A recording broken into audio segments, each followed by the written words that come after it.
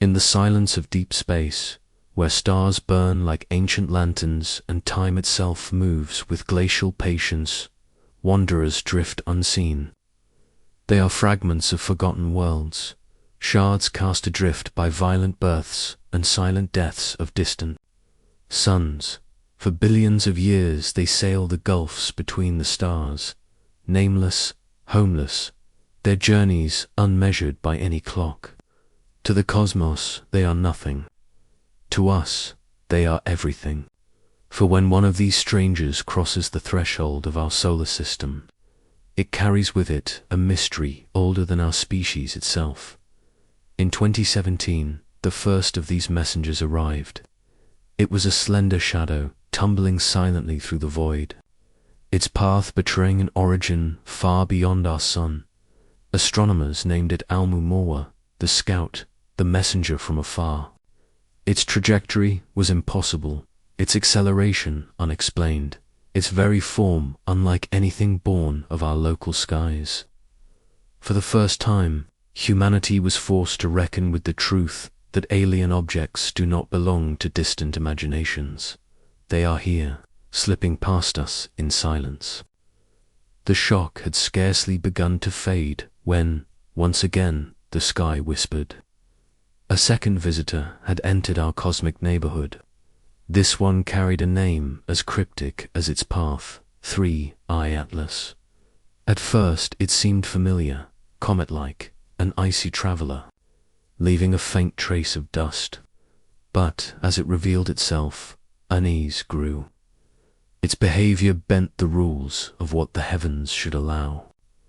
If Oumuamua was the opening line of a question written in starlight, then Atlas was the echo that followed, darker and sharper, a reply from the unknown.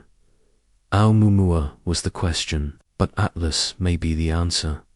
One we are not ready to face. For centuries, astronomers gazed into the night sky believing the solar system was a closed domain, a celestial fortress whose comets and asteroids were bound to the sun's eternal gravity. Every streak across the sky, every icy traveler with its trailing tail, was thought to be native, a remnant of our own system's ancient birth. Even as telescopes grew sharper and mathematics grew more precise, the idea of a foreign wanderer crossing our skies belonged more to myth than science. The heavens were vast, but their visitors were presumed to be our own. That illusion shattered in October of 2017. A faint, elongated object swept into view through the Pan-STARRS telescope in Hawaii, moving with a velocity no local comet could possess. Its orbit was hyperbolic, meaning it was not bound to the sun, had never had been. The name it was given, Oumuamua, spoke of its strangeness, a scout, a messenger from afar. Humanity had, for the first time, confirmed an interstellar visitor. The shock reverberated through astronomy. For decades, theorists had speculated that other star systems must eject comets and asteroids into the void. Yet such visitors were assumed to be impossibly rare, unlikely to be witnessed in a single human lifetime. Oumuamua proved otherwise. Its discovery suggested a galaxy filled with wandering debris, relics of planetary systems beyond our own. The boundaries of astronomy had widened overnight. Yet Oumuamua brought more than evidence. It carried uncertainty. Its unusual acceleration, its strange shape, its lack of a visible tail, all of it defied simple explanation. Some saw a natural shard of rock or ice, others whispered of alien design. For the first time, astronomy was forced into confrontation with the possibility that not every visitor from the stars could be explained away. In the aftermath, astronomers prepared themselves for the long silence of waiting. To see one such object had been improbable. To expect another seemed almost hubristic. Yet fate, or perhaps the cosmos itself, had other plans. Less than 3 years later, Another whisper appeared in the darkness, a faint smudge recorded by the Atlas survey, a system designed not for interstellar mysteries, but for planetary defense. It was called C-2019 Y4, later reclassified as Atlas, the third confirmed interstellar object ever seen. And once again, humanity's understanding of its place in the galaxy shifted. The Atlas system, the asteroid terrestrial impact last alert system, was never intended to glimpse the secrets of other stars. It was built as a sentinel, a safeguard for Earth against objects that could bring catastrophe. Two pairs of telescopes, stationed on the Hawaiian islands of Mauna Loa and Haleakala, scanned the skies each night, searching for anything moving against the still backdrop of stars. Their duty was pragmatic and urgent, to find potential impactors early enough to give warning. Yet in March of 2019, those vigilant eyes caught something far stranger than an asteroid on a collision course. A faint, moving light, subtle and fragile, appeared against the infinite darkness. At first it was just a point among countless points, indistinguishable to the casual eye, but its motion betrayed it. This was not a resident of the solar system. Calculations of its orbit revealed a hyperbolic path, a trajectory so steep and fast that it could not have originated within the sun's gravitational domain. Its velocity alone marked it as alien, a traveler born under a different sky, now passing through ours on a fleeting journey it would never repeat. It was given the designation C-2019 Y4 Atlas, later reclassified to Atlas to reflect its interstellar nature. The I stood for interstellar, a reminder that this was not a comet of our own, only the third of its kind ever identified. Where Oumuamua had arrived like a ghost, mute, elongated, and inexplicable, Atlas at first seemed more familiar. Its faint green glow, its diffused haze, suggested the qualities of a comet.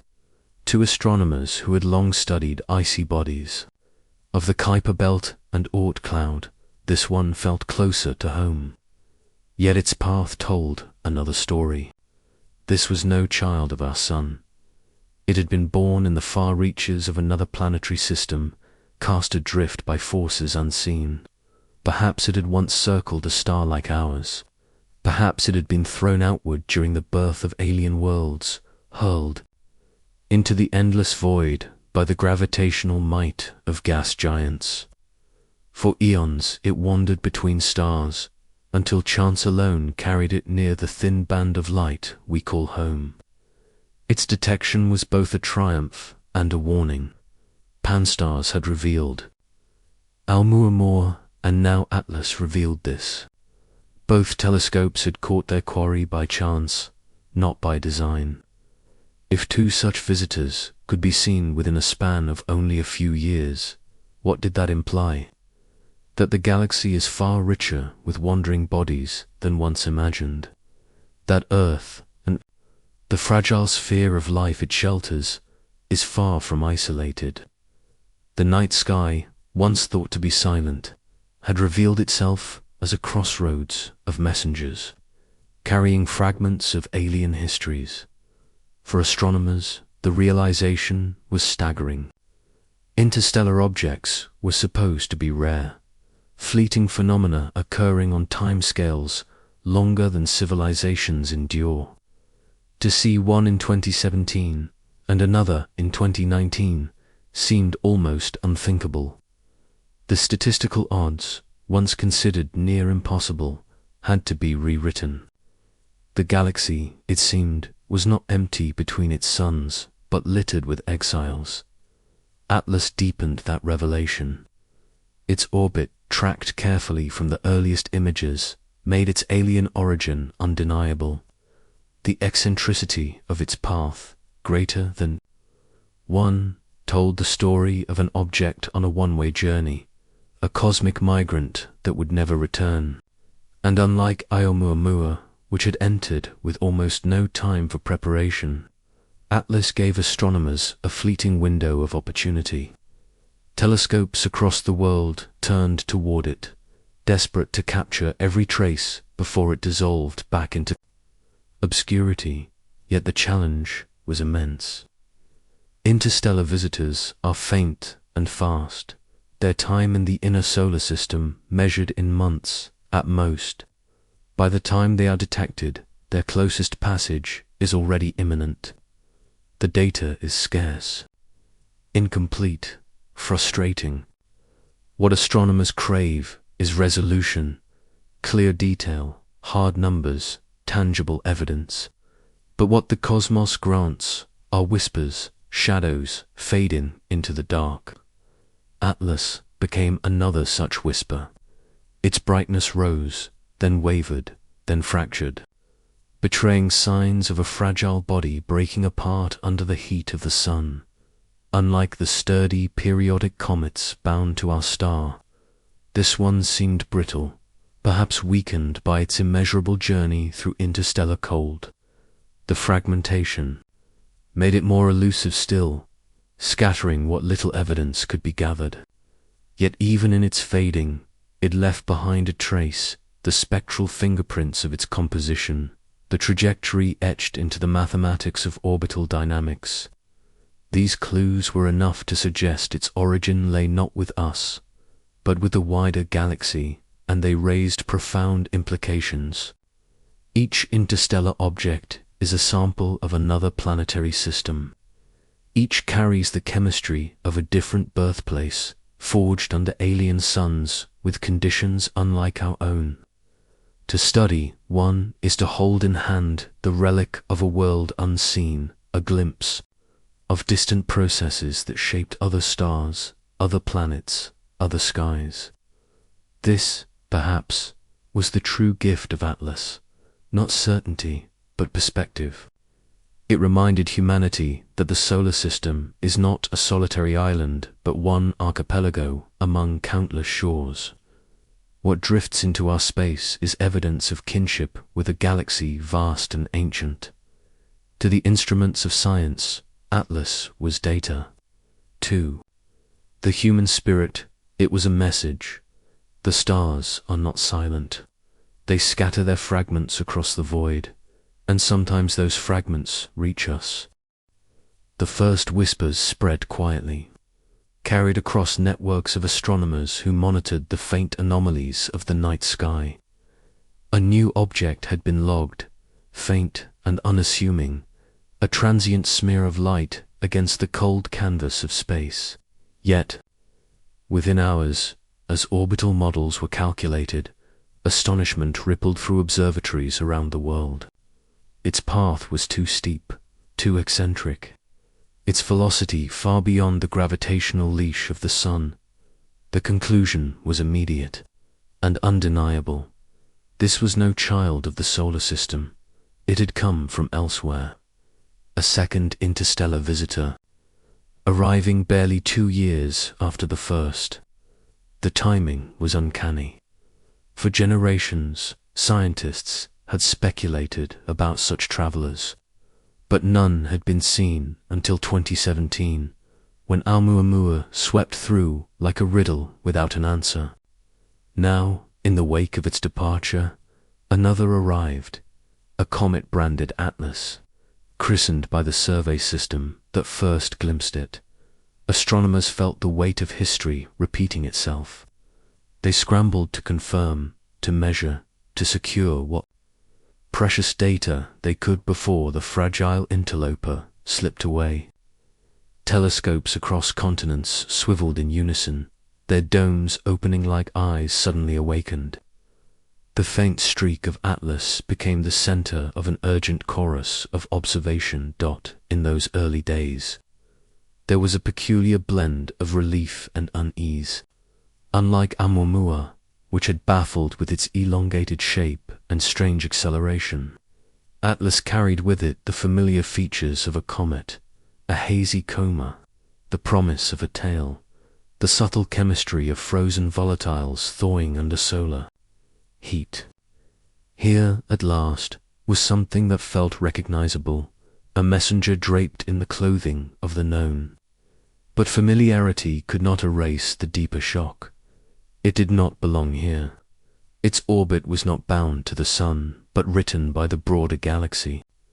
It was a comet born beneath another star, forged in the nursery of a foreign planetary system, now unraveling its secrets under an alien sky. For the astronomers watching, this recognition struck deeply. If such visitors could arrive twice in such a short span, perhaps they were not rare after all. Perhaps the void between stars was not barren, but a river, carrying the debris of worlds endlessly adrift. The reaction within the scientific community was electric. Meetings, conferences, and hastily arranged video calls lit with urgency. Papers appeared on preprint servers within weeks, each proposing refinements to its orbit, speculations on its chemistry, estimates of its size and fragility. Some heralded the moment as proof of a new era in astronomy, the study of interstellar bodies not as rare accidents, but as a new branch of planetary science. Others urged caution, reminding colleagues how little time such objects offered, how fleeting their presence was before vanishing into the dark. The excitement was tempered by frustration, for telescopes were limited and resources scarce.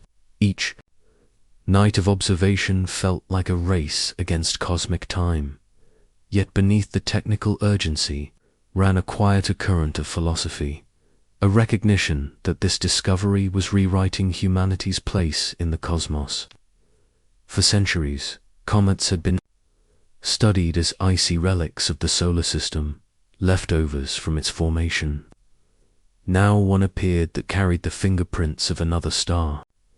To gaze at it was to peer into the geological memory of a different world, to see across interstellar distances without ever leaving home. For some, this was exhilarating, a sign of connection, of kinship across the galaxy. For others, it was unsettling, for it shattered the illusion of isolation. If fragments of alien systems wandered freely into our skies, then the gulf between stars was not impassable, not empty, but filled with hidden traffic. And with that realization came a sobering thought. If harmless comets could arrive, so too could more dangerous bodies. The Earth, long vigilant for asteroids, born of its own sun, might one day face threats from far beyond it. The debate grew intense. Was Atlas an answer to Oumuam's mystery, or did it only deepen the questions? Its cometary nature seemed ordinary, almost reassuring, but its timing and fragility sparked new puzzles. Some argued that Oumuam's strangeness had been exaggerated, a statistical outlier now balanced by the normalcy of Atlas. Others insisted the opposite, that the back-to-back discoveries hinted at something profound, a sign that the galaxy teemed with fragments and that humanity had only just begun to notice. Statistical models were revisited, probability curves redrawn, estimates of interstellar object populations revised upward by orders of magnitude. What had once been considered improbable was now seemingly inevitable. At the heart of these reactions lay a simple but disquieting truth. The galaxy is porous. Stars are not sealed kingdoms, but participants in a slow, chaotic exchange, scattering their debris into the void, ejecting comets, asteroids, and planetary fragments across the interstellar sea. The solar system, too, has likely sent out countless of its own, and so, when Atlas appeared, it was not merely a scientific novelty, but a reminder. The Earth orbits within a cosmos alive with exchange, its skies open to the remnants of alien worlds. The relief that Atlas appeared more ordinary than Oumuamua was fleeting, For even in its ordinariness, it whispered of a galaxy far less solitary than once imagined.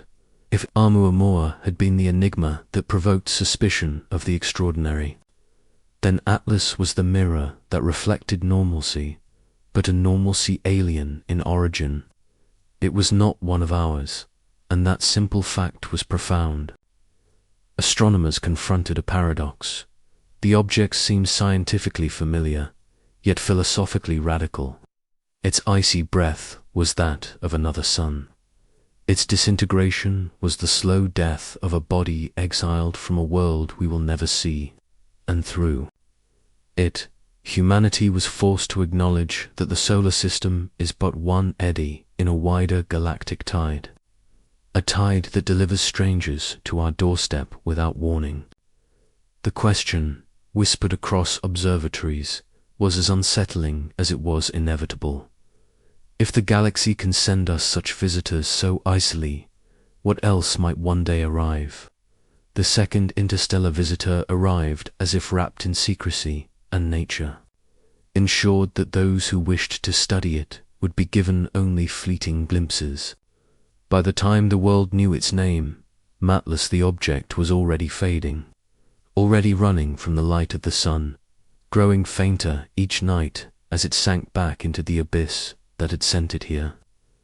Observatories turned in unison, their mirrors aligned like the eyes of a restless species desperate not to lose sight of the messenger. Yet astronomy is bound by a cruel paradox. The most important objects are often the most elusive, their secrets sealed behind speed and distance. Atlas was no exception. It moved quickly against the backdrop of stars, dim and spectral, as if reluctant to be seen.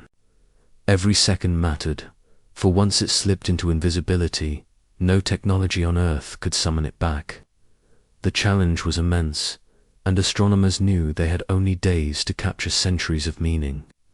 The task was not merely observation, but a race against time itself, fought in silence across mountain tops and deserts. As the telescopes strained to capture a fading line of light, across the planet, a network of instruments came alive. In Hawaii, Mauna Kea turned its enormous eyes to the heavens. In Chile, the Atacama Desert lent its dry air to European mirrors searching the southern skies. In Spain, in the Canary Islands, in Arizona, in Russia each observatory took its turn, their combined effort forming a patchwork of vigilance. The planet itself seemed to become a single eye, watching, recording, measuring. What they sought was not only an orbit, but a fingerprint. Light scattered from dust could tell stories of composition. Faint lines in spectra could reveal Isas, organics, metals clues to the birthplace of this interstellar wanderer. But nature was unkind again. The signal was faint, barely above the noise. To study, Atlas was like trying to interpret a voice whispered into a storm. Still, data began to arrive, small and precious, carried across the world to laboratories where scientists leaned close, as though hearing the echo of another star system through the static of the cosmos. The first spectra hinted at water ice, though in quantities weaker than anticipated.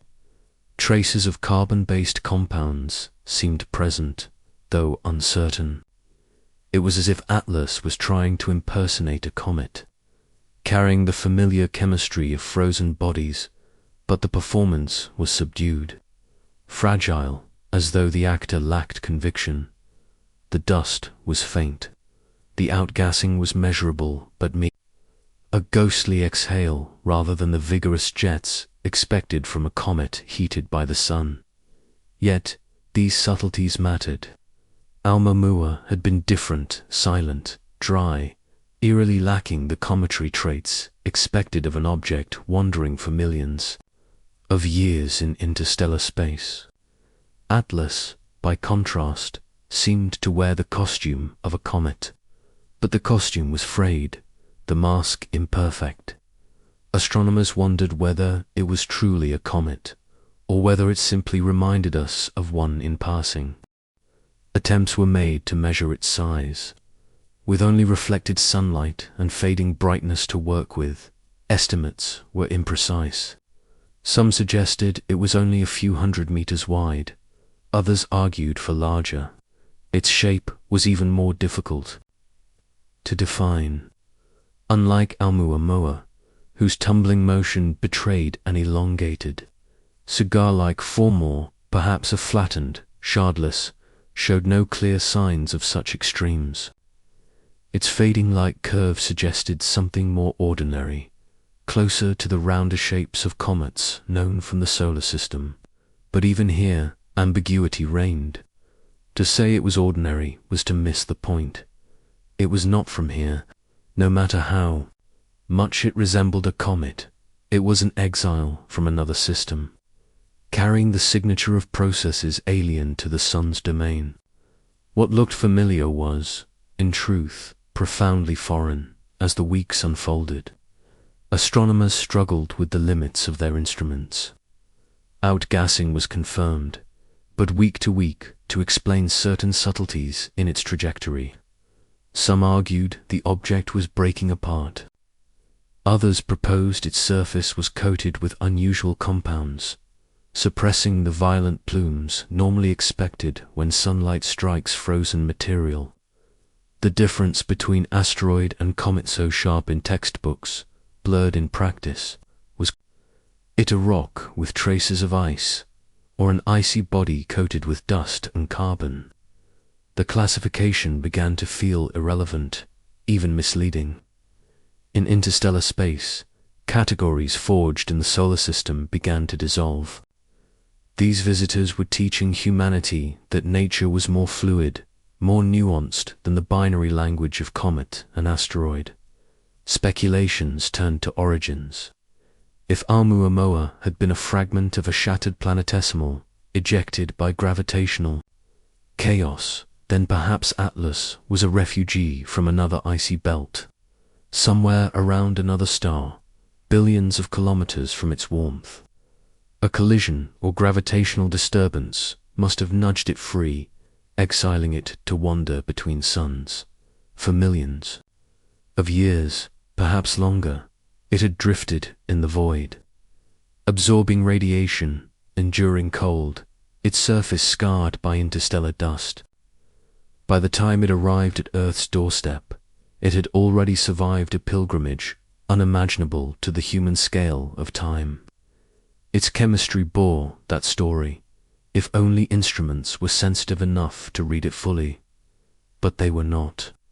Unlike Oumuamua, discovered early enough to watch its closest approach, Atlas was spotted late, already faint, already receding.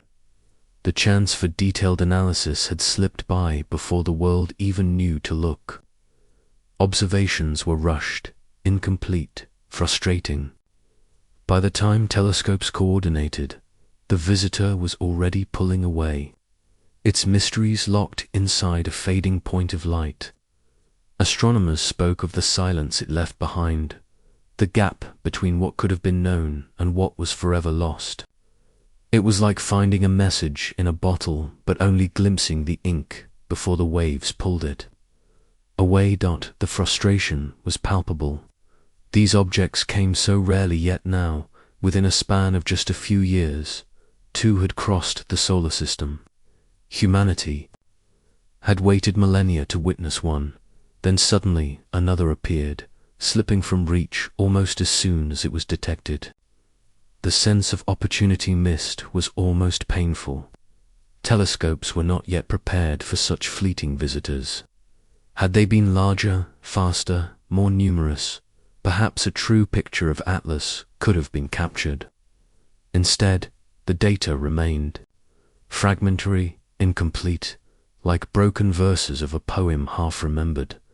In the scientific community, a strange emotional tension grew. On one hand, there was triumph confirmation that Oumuamua had not been a fluke, that the galaxy was alive, with countless such wanderers. On the other, a haunting dissatisfaction lingered. These objects carried messages written in the language of chemistry, shape, and trajectory, yet humanity lacked the tools to read them fully. Every unanswered question weighed heavily, a reminder that the cosmos does not yield its secrets easily. The visitor had come, whispered, and was gone, leaving astronomers staring into the dark, replaying fragments of data like memories of a dream already fading. And as the final observations trickled in, a sobering truth became clear. Interstellar. Visitors would continue to arrive. The galaxy was not empty, but dynamic, its planets and asteroids and comets scattering fragments into the great dark ocean. Atlas was one such fragment, a traveler caught briefly in the light of the sun before, returning to its endless voyage. The question was no longer whether such visitors existed, but how many had passed unseen. How many had brushed the solar system in silence before humanity had eyes sharp enough to notice? And what other kinds of messengers might still be on there? The first light of discovery had barely touched the faint path of Atlas when astronomers began searching for its fingerprint.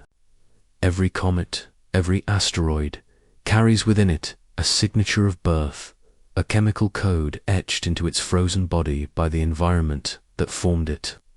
By splitting its light into a spectrum, they hoped to read that hidden code, as if unrolling a scroll written in the language of atoms. Yet what they found was not ordinary. Subtle shifts in the ratios of carbon and oxygen isotopes hinted that this visitor carried material assembled under conditions alien to the solar system. Local comets, born in the Kuiper belt or the Oort cloud, show familiar patterns, echoes of the same primordial nebula that birthed Earth and its neighbors. But Atlas was different. Its spectrum whispered of carbon chains shaped in environments colder, darker, or perhaps richer in exotic radiation than anything known near the sun. The faint glow of vaporized ice revealed a composition that defied easy classification as scientists studied the readings. A new thought emerged. This fragment of dust and ice was not merely an interloper, it was a messenger. It carried within its atoms the memory of another sun, perhaps one older or younger or more violent than our own. Its journey had taken it through interstellar space, a realm of silence where molecules are battered by cosmic rays and altered by deep ultraviolet light. Over millions of years, the chemistry of Atlas would have evolved in strange ways, leaving it scarred with traces of its exile. These traces now appeared in the spectrum, like ancient scars glowing faintly in the darkness. To many astronomers, the evidence was electrifying. For the first time in history, humanity held not just an image, but a chemical sample, albeit from a distance, of material from another star system. The ratios of isotopes, the unusual lines in the spectrum, were like fingerprints of an alien nursery. The very atoms could be compared with those in local comets, offering a glimpse into how planetary systems elsewhere might form. Yet, with discovery came unease. The differences suggested not just variety, but unfamiliar rules of creation. If this object represented one star system, then how many other chemistries lay hidden across the galaxy? How many other recipes for worlds existed, utterly unlike the one that produced Earth? The thought lingered in the halls of observatories and in the quiet offices of spectroscopists staring at data on their screens. The galaxy had revealed, through a fleeting visitor, that it was not homogeneous. It was a patchwork quilt of cosmic laboratories, each producing its own frozen emissaries. Atlas was a shard of a place never seen, never touched, and perhaps never to be visited.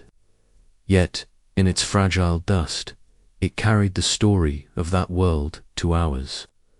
And as astronomers leaned closer into the faint light, they wondered how many such stories drift unseen through the black ocean between stars.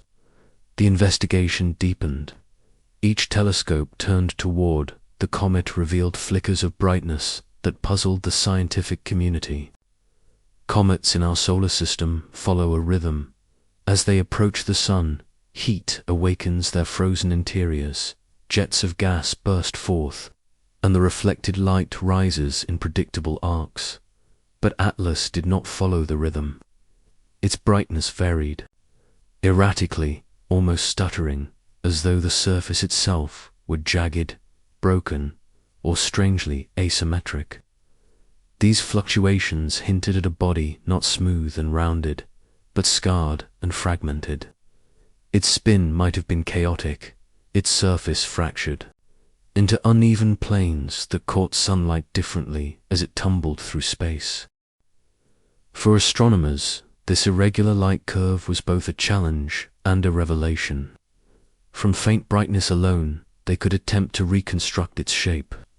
Was it elongated, like the mysterious Oumuamua, or more spherical, like traditional comets? The evidence suggested neither extreme, but something in between.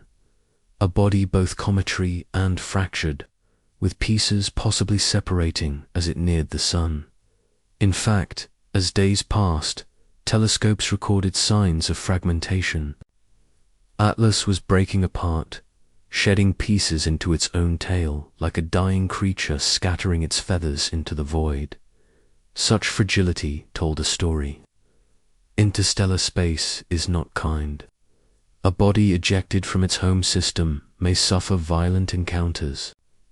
Its crust shattered by gravitational slingshots, its core fractured by tidal forces as it brushed too close to giant planets. By the time it crossed into the solar system, Atlas may already have been weakened, a ghost of its original self.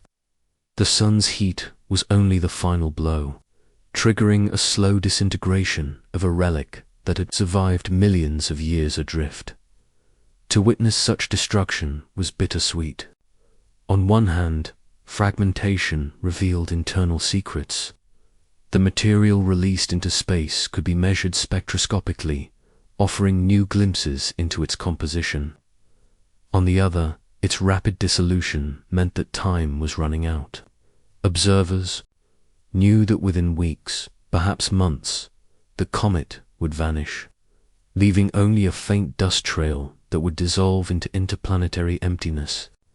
It was as if the universe had granted a brief audience with a messenger, only to see it fade before the conversation could truly begin.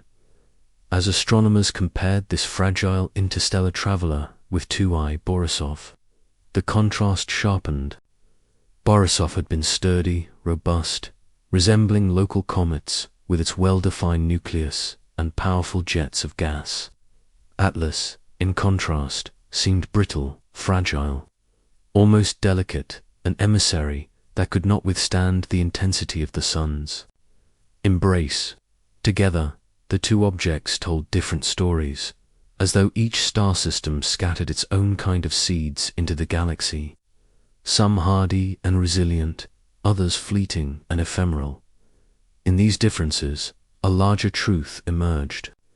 The universe was not sending identical fragments, but unique shards of alien histories. Each carried its own narrative of birth, exile, and survival. To study them was to glimpse the diversity of worlds unseen, scattered across the galactic sea.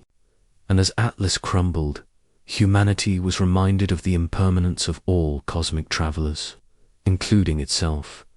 As fragments peeled away from the body of Atlas, astronomers searched its spectral lines for further clues.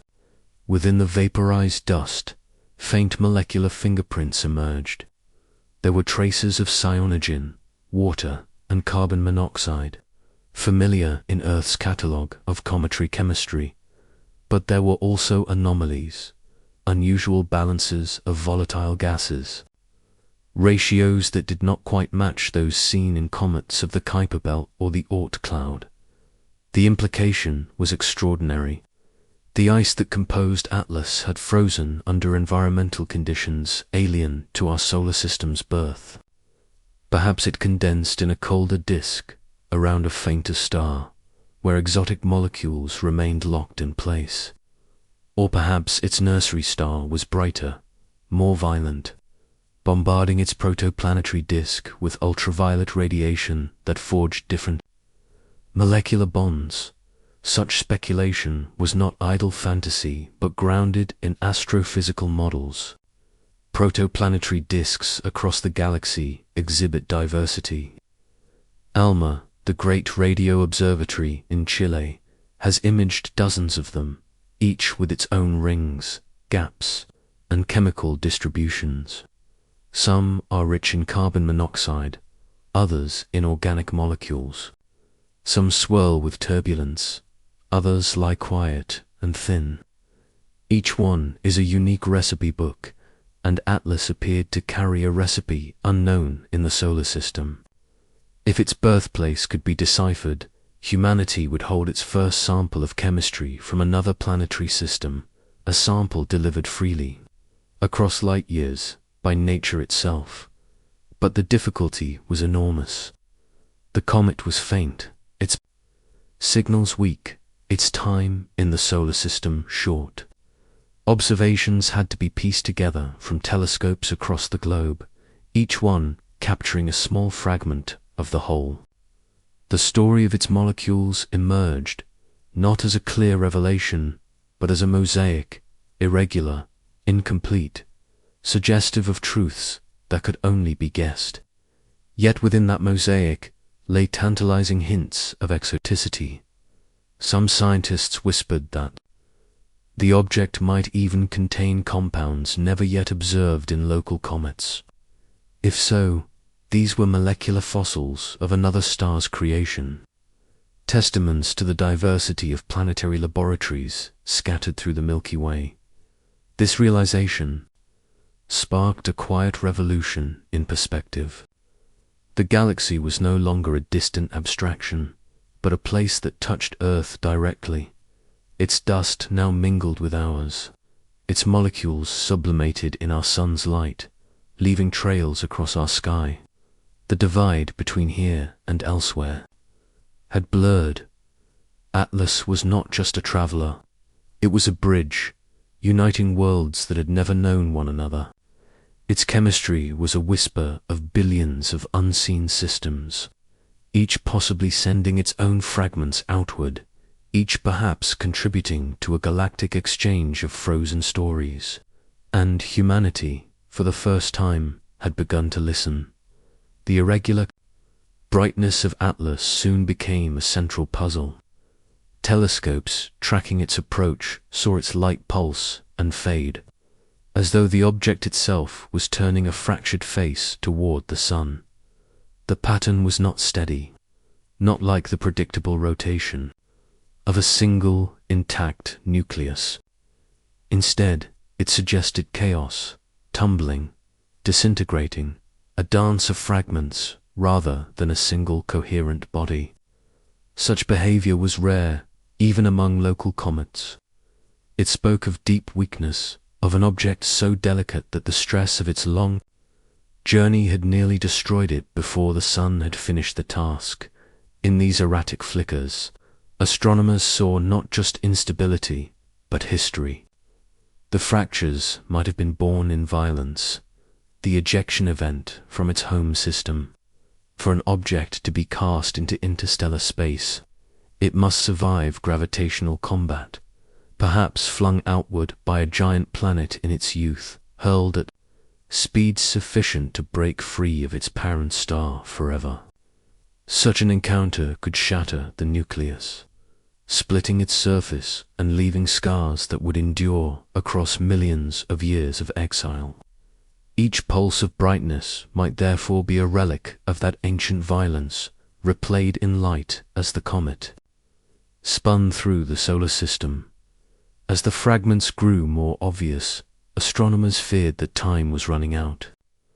Atlas was not like Borisov, which had offered months of steady observation. This visitor was collapsing even as it was studied, dissolving into a veil of dust.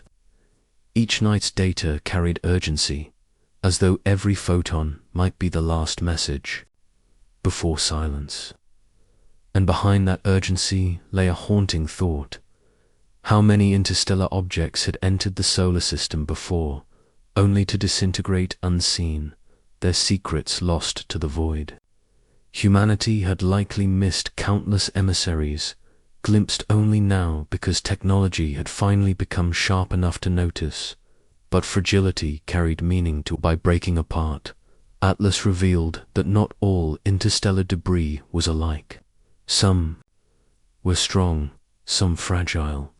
Some survived the violence of ejection intact. Others carried fractures that made them ephemeral. This diversity hinted at the range of environments in which they formed. A sturdy comet might be born in a cold, quiet disk, its ices compact and pure. A fragile one might emerge from a more violent system, where collisions and radiation baked and weakened its body before it ever escaped. Thus Atlas became a kind of Rosetta Stone, fragile, incomplete, yet carrying within its very destruction a story of its origin. And so the comet brightened and dimmed, fractured and dissolved, performing its vanishing act before an audience that watched with awe and sorrow. To study it was to witness a death, but also a revelation. Each piece of falling dust was a page torn from an alien book, drifting briefly into the light before being carried away by the solar wind. When compared with 2I, Borisov, the contrast grew starker still. Borisov had been a comet of familiarity, its tail streaming in ways that mirrored local comets, its chemistry largely recognizable. It had been the first interstellar visitor to be studied in detail, and it suggested that planetary systems elsewhere produced objects much like our own. But Atlas told a different story. Fragile, irregular, exotic in its chemistry, it bore witness to a universe of diversity far greater than imagined. No longer could astronomers assume that interstellar visitors would conform to familiar molds. Each one might be a stranger, carrying a new tale. This realization changed the framing of the mystery. If two interstellar objects, observed only within a span of 2 years, were already so different, what did that say about the galaxy? It suggested abundance. Perhaps billions of such comets wander unseen, scattered by the birth pangs of alien star systems. Some are strong, some weak. Some carry familiar ices. Others bring exotic molecules never formed in our own solar system. Each is a relic of a unique environment, preserved across cosmic distances, and each is a message from another world. The implication was profound. Our solar system is not singular, not special in its chemistry or architecture. It is but one experiment among billions, one laboratory among a galactic sea of laboratories. The fragments that enter our skies are, therefore, not intrusions, but invitations. Reminders that creation itself is a universal process, repeated endlessly across the Milky Way. They are shards of alien histories, drifting into our reach. Among scientists, a poetic phrase began to circulate. These interstellar objects were not merely comets or asteroids. They were messages in bottles, cast adrift on the ocean of the galaxy, carrying within them the memory of the shores from which they were launched. Each one that reached Earth was a chance to open such a bottle and read its message, however fragmentary. Some messages spoke clearly, like Borisov. Others were cryptic, like Atlas.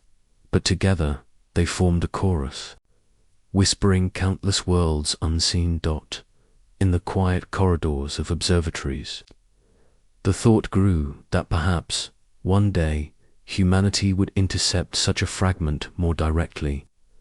Perhaps spacecraft could be sent to meet an interstellar traveler, to sample its chemistry, to hold in human hands matter from another star.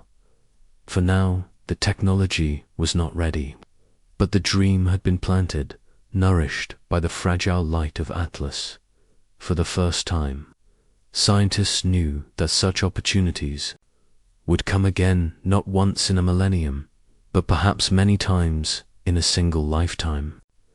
The galaxy was sending its messages steadily, silently, and all humanity had to do was learn to read them. The fragments of Atlas drifted apart like embers torn from a dying flame, dissolving in the sunlight as though the universe itself had decreed their impermanence. Most comets, though fragile, endure their approach to the sun with at least some dignity, shedding tails of gas and dust while preserving a solid core. But Atlas had not followed that script.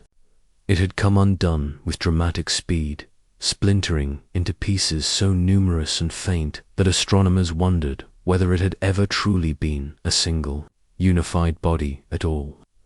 The violence of its disintegration told a story, but a story whose language was cryptic, as though written in a dialect humanity had only just begun to decipher. Why was it so fragile? What weakness lay within its heart, making it incapable of withstanding the journey that countless local comets survive? The answer, scientists suspected, might rest in its composition. Comets in our solar system carry uneases of water, carbon dioxide, and ammonia bound together with dark organic-rich dust. But Atlas may have been different. Its brightness, its sudden fragmentation, suggested a structure held together not by sturdy rock or dense ice, but by something closer to a snowdrift of fragile, volatile matter. Perhaps it was a loose agglomeration of ultrafine grains, interlaced, with delicate organics formed in the primordial chemistry of another star system. If so, it was a body doomed from the start, a cosmic artifact too brittle to survive the fire of the sun. Such speculation reached deeper than chemistry, for within those organics lay the seeds of an ancient question. Are comets the couriers of life itself? The theory of panspermia, long debated and often dismissed, holds that the essential building blocks of biology may drift between worlds, carried in the icy bellies of comets and asteroids. On Earth, amino acids and other organic molecules have been found in meteorites, formed in space long before life emerged on our planet. Experiments have shown that such molecules can survive the harshness of interstellar travel, protected within frozen shells. If Atlas carried such compounds forged under the light of a foreign sun, then it was more than an astronomical curiosity. It was a messenger, a vessel bearing alien chemistry across light years, casting it into new planetary systems like pollen carried on the wind. Though no instruments could confirm such contents directly before the comet dissolved, the very possibility was staggering. It suggested that the galaxy itself may be threaded with a quiet continuity, with life's ingredients scattered from star to star. Some fragments fall wasted into the void. Others strike fertile ground, seeding oceans and valleys with the raw materials of evolution. Perhaps this was how life began here, billions of years ago. A chance collision, a gift from a distant star, a shard of alien dust that found itself on a warm young Earth and bloomed. In the faint vapor of Atlas, humanity glimpsed not only the death of a comet, but the ghost of its own origins. Yet there were other mysteries, subtler and more troubling. Careful measurements of Atlas's motion suggested that it did not travel according to gravity alone. Its trajectory bore faint deviations, accelerations too slight to see with the naked eye, yet too consistent to ignore. This was not the first time such a phenomenon had been observed. A few years earlier, the first interstellar object ever detected had confounded astronomers with a similar anomaly. It too had accelerated in ways unaccounted for by gravity, drifting on a path that seemed touched by unseen forces. For Oumuamua, explanations ranged from sublimating hydrogen ice to the pressure of sunlight acting on a thin, sail-like body. With Atlas, the culprit was less clear. Could sublimating gases, invisible against the glare of the sun, have nudged it gently from its expected course? Or was something stranger at work, a force beyond current understanding, echoing a riddle left unanswered by its predecessor? Each new fragment that peeled away only complicated the picture, making it harder to isolate cause from consequence. The mystery deepened, and with it, a sense of unease. For in the shadows of speculation lay a more audacious thought, one that scientists spoke of only in cautious tones. What if these objects were not merely natural? What if their paths, their shapes, their fragilities, were the signatures of something designed? The idea hovered at the edge of possibility, fueled by the strange geometry of Oumuamua, by the uncanny delicacy of Atlas. Could an ancient civilization have engineered fragments like these, as probes, as messengers, or as relics long abandoned? The suggestion bordered on heresy in the halls of astronomy, where the discipline of skepticism is woven into the very fabric of inquiry. Yet some dared to whisper it, and their whispers left an indelible mark. If such an idea were ever true, the implications would be beyond comprehension. Humanity would not be alone in the galaxy's silence. It would instead be a newcomer in a realm already mapped by others, inheriting fragments of a conversation begun long before our species learned to speak. But science is as much a culture as it is a method, and within that culture, the spectre of alien technology is treated with wary restraint. To suggest it is to invite ridicule, to risk credibility, to step outside the boundaries of what is considered respectable inquiry. Astronomers, wary of sensationalism, resist the temptation to frame interstellar visitors as artificial. They prefer the comfort of natural explanations, even strained ones, over the uncertainty of invoking civilizations unseen. Fear of error is part of the discipline, but fear of imagination is its shadow. And so, though the idea of artificial design flickered in the background of discussions about Atlas, it remained unspoken in official reports, relegated to speculative papers and quiet debates that dissolved before they could take root. The comet, meanwhile, continued its slow death, indifferent to the human struggle to interpret it. Its fragments faded into invisibility, leaving only a trail of data, a chain of uncertainties, and the echo of questions too large to answer. Culturally, though, the idea of visitors from beyond is not so easily dismissed. Humanity has always carried that fear in its stories, its myths, its legends.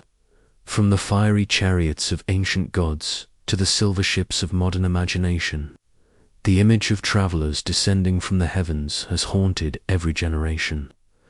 When Oumuamua appeared, when Borisov blazed, when Atlas disintegrated, those ancient archetypes stirred once more. The difference now was that the visitors were real. They were not the fabrications of myth, nor the inventions of fiction, but measurable objects, tracked with instruments and recorded in data. And though the rational mind saw only comets and asteroids, the deeper psyche felt something older, a trembling awareness that the sky was not empty, that strangers could arrive without warning, that the universe itself could deliver messengers unbidden. Fear and wonder became inseparable, two sides of the same coin minted in starlight. In the final weeks, as Atlas dissolved into dust, the silence it left behind seemed almost louder than its presence. Astronomers had glimpsed its strangeness, wrestled with its riddles, and then watched it vanish into invisibility. Unlike Borisov, which had given clarity, this object gave only questions. Its death was not closure but rupture, an unfinished sentence trailing into nothingness. The telescopes turned away, searching elsewhere, but the absence lingered. What was it, truly? What message had it carried? Why had it broken apart so completely? In its fading, it seemed to withhold the very secrets it had promised to reveal. And in that withholding, it left humanity staring into an unsettling void, a silence filled not with answers, but with the awareness of how little is known. The mystery of Atlas was not solved. It was not tamed by equations, nor pinned down by certainty. Instead, it slipped away, like a shadow dissolving at dawn, leaving only memory. Yet perhaps that was its gift, for, in its fragility, it reminded humanity that the universe is larger than knowledge, that its stories are not always written for human comprehension. Some mysteries are not solved but endured, like songs half heard across a great distance, melodies carried on cosmic winds that fade before their source is found. The fragments of Atlas are gone, scattered into the solar wind, but the questions they carried remain. They linger in the minds of those who watched, echoing through observatories and whispered in quiet halls of science. And in those echoes lies a promise that more visitors will come, that more riddles will be delivered, that the silence of the stars will one day speak again.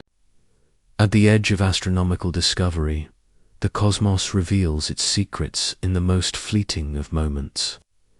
Interstellar objects, those wandering messengers hurled from distant suns, appear in our skies, as shadows passing through a cathedral of stars. They are fast, faint, and mercilessly brief. For astronomers, each is both a miracle and a torment, a visitor from another system, slipping beyond reach almost as soon as it is found. Their very nature pushes observation to the brink of possibility, testing the resilience of telescopes and the patience of those who wield them. No second chances exist in such encounters. The data gathered must be swift, decisive, and unyielding against the relentless passage of time. In 2017, Oumuamua burst across human awareness like a cosmic spark, vanishing before instruments could fully lock onto its form. 2 years later, 2I, Borisov offered a clearer picture, its comet-like trail easing interpretation. Then came Atlas, unraveling in fragments as if to mock the eyes fixed upon it. Each one exposed the same flaw in humanity's astronomical reach. Our tools remained too slow, too limited, and too tethered to Earth to capture the fullness of their truth. Telescopes stare into the night like watchtowers on the shore of an infinite sea. Yet in that ocean, interstellar objects sail like phantom ships, brief silhouettes against the tide of eternity. Their trajectories are hyperbolic, their velocity immense, sometimes exceeding 60 kilometers per second, faster than any probe humanity has ever launched. By the time they are detected, they are already outbound, leaving only traces of light in their wake. The challenge is not merely detection, it is comprehension. To unravel their histories, astronomers must snatch fragments of photons, pass spectral lines, and reconstruct entire narratives from the faintest echoes of reflected sunlight. Each attempt resembles an artist painting a landscape glimpsed only in lightning flashes, but still they try.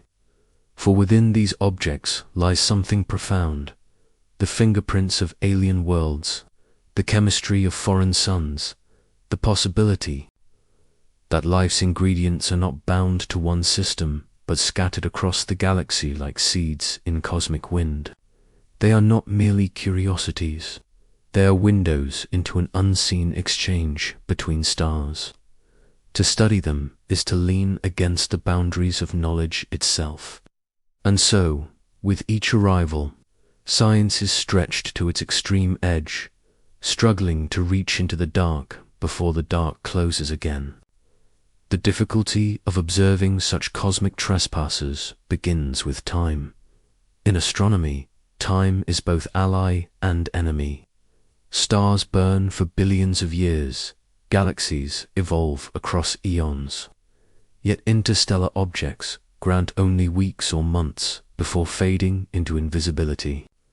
Telescopes must be scheduled, instruments calibrated, collaborations formed all within the narrowest of windows.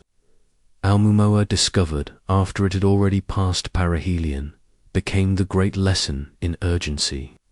By the time it was noticed, its trajectory was carrying it swiftly beyond Earth's reach, growing fainter by the hour. Scientists scrambled across continents to collect what little they could. Some trained the giant eyes of Pan-stars, others turned to the European Southern Observatory, while the Hubble Space Telescope strained for its own glimpses. Yet the object slipped away, its mysteries sealed. Borisov proved less elusive, its approach more accommodating to human timelines, allowing deeper spectroscopic study. But then came ATLAs, its fragile nature collapsing under solar heat, scattering into dust just as measurements began to grow meaningful. These episodes reveal the uncomfortable truth.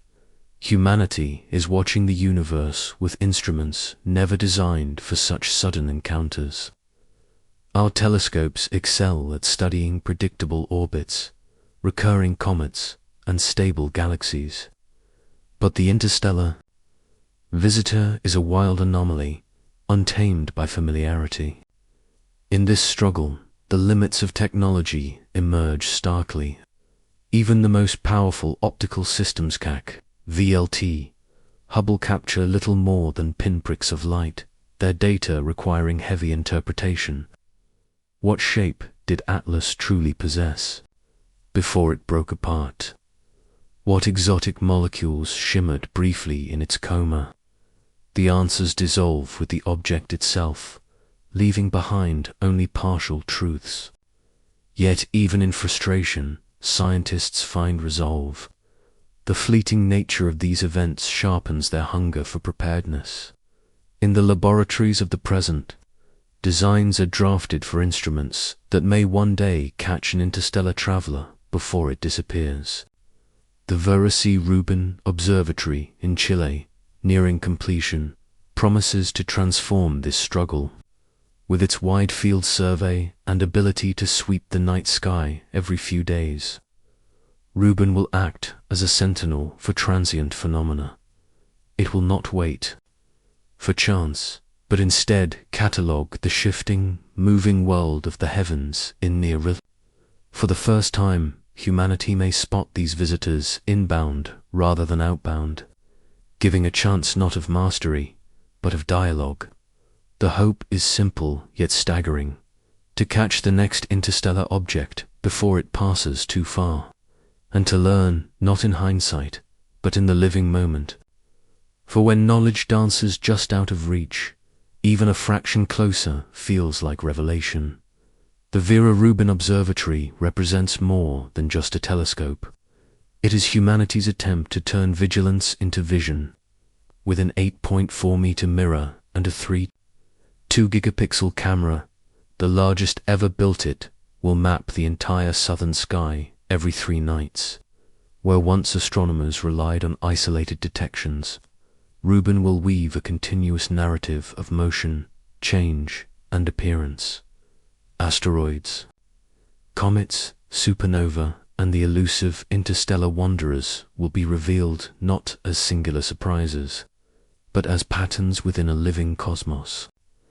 The power of Rubin lies not only in its scale, but in its rhythm.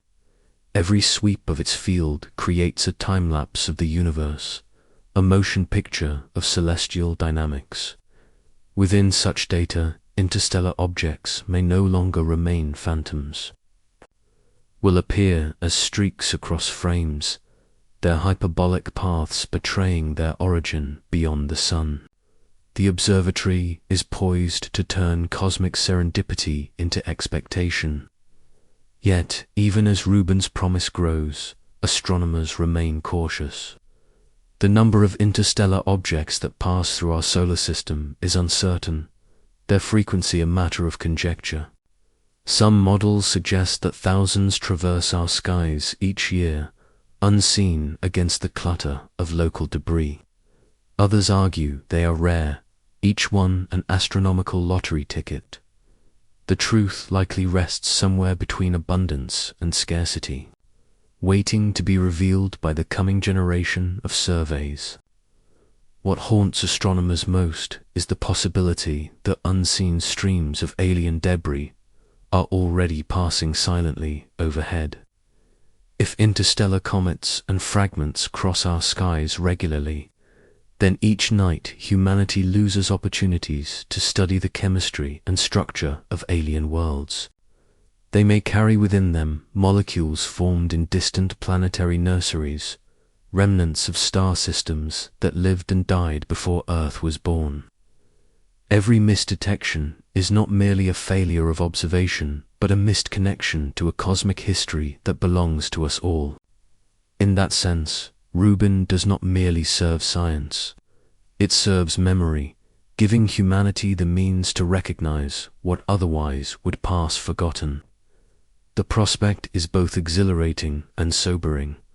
Our skies may be a thoroughfare of wanderers, a galactic river in which Earth floats like a single reed, oblivious to the currents surrounding it.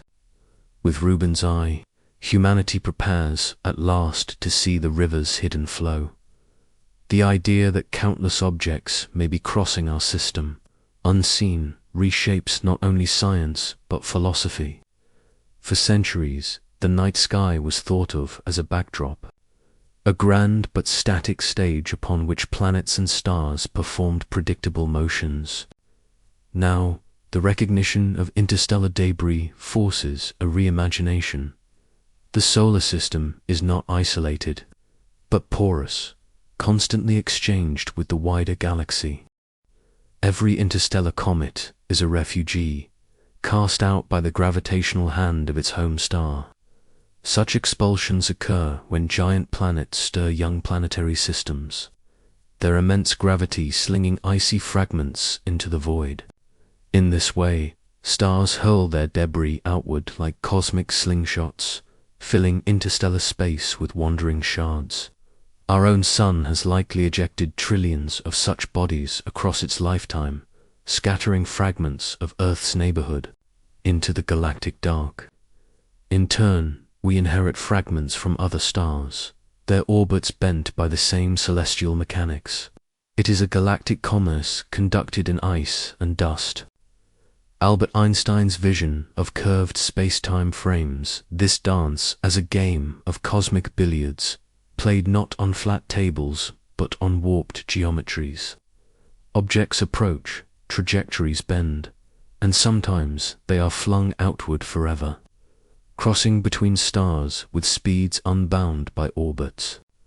Each interstellar visitor that enters our solar system carries with it the signature of such exchanges, a history written in dynamics rather than documents. And yet, despite its mathematical predictability, each one carries unpredictability too. Their compositions may vary wildly, reflecting environments utterly unlike our own. Some may contain exotic ices unseen in local comets, formed in colder, more distant nurseries. Others may bear complex organics, hinting at chemistry fertile. For life, to capture one intact would be to hold a fragment of another star in human hands. The thought itself borders on the sacred, echoing the awe once reserved for meteorites that fell from the heavens. But unlike meteorites, these travelers do not strike the Earth. They glide past, untouched, leaving only their light as testimony.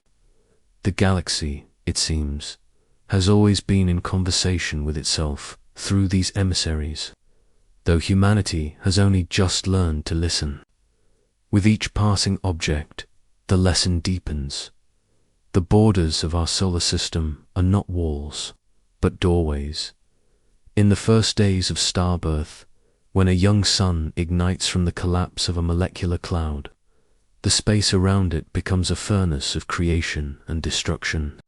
A swirling disk of gas, dust, and ice stretches outward, circling its parent star like a cosmic whirlpool. Within these disks, planets begin to form, accreting matter grain by grain, rock by rock, until gravity sculpts entire worlds. But the same forces that bring planets into being also cast material away. For every body that grows stable and whole, countless fragments are hurled outward, banished into the dark.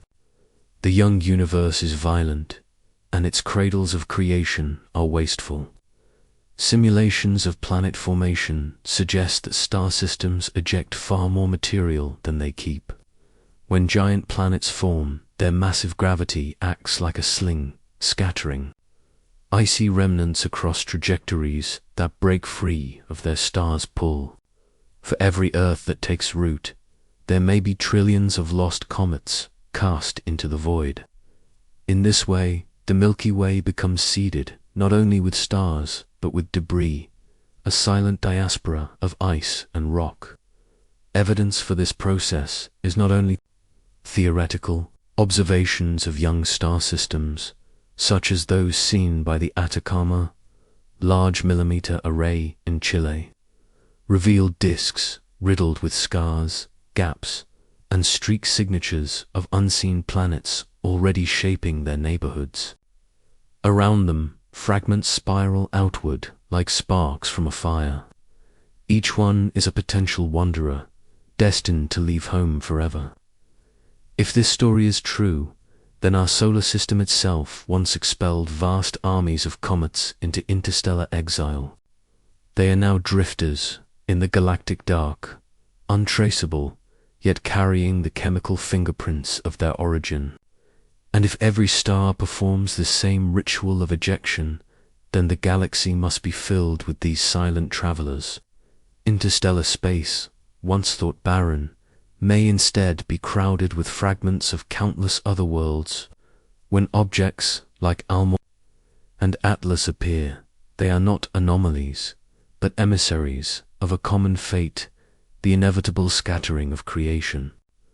Their arrival reminds humanity not of uniqueness, but of universality. When Atlas entered the solar system, its fate was fragile from the beginning. Unlike rocky asteroids, interstellar comets are tenuous constructions, easy, brittle, and easily undone by the sun's heat. As it approached the inner system, Atlas began to disintegrate, shedding its icy shell in a luminous display. To astronomers, this was not a disappointment but a revelation. Its fragmentation aligned precisely with models predicting that long-exiled icy bodies would be delicate, their structures weakened by eons in interstellar cold. The very act of breaking apart became a signature of authenticity.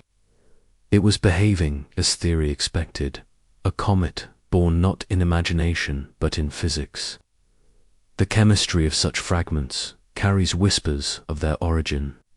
Even without direct sampling, astronomers can analyze the spectral fingerprints of gases released during disintegration.